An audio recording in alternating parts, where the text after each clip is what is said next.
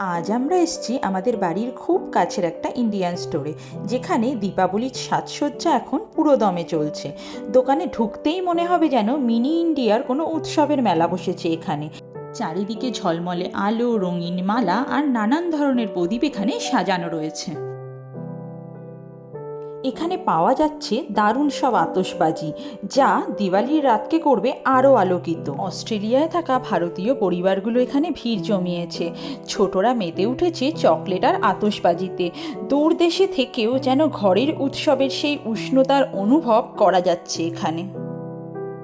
সকলে এখন ব্যস্ত শেষ মুহূর্তের কেনাকাটা নিয়ে।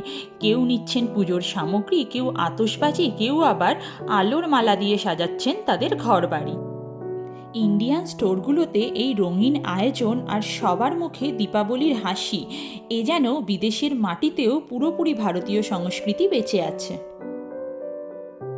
সাথে রয়েছে বিভিন্ন ধরনের রকমারি ড্রাই ফ্রুটস আর মিষ্টির সম্ভার।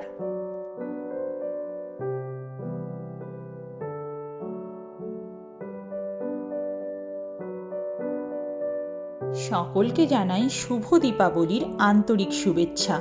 আলোর উৎসবে আপনাদের জীবন ভরে উঠুক আনন্দে ও ভালোবাসায়। সবাই খুব ভালো করে দীপাবলি কাটাবেন, সবাই ভালো থাকবেন, সুস্থ থাকবেন আর সাবধানে থাকবেন।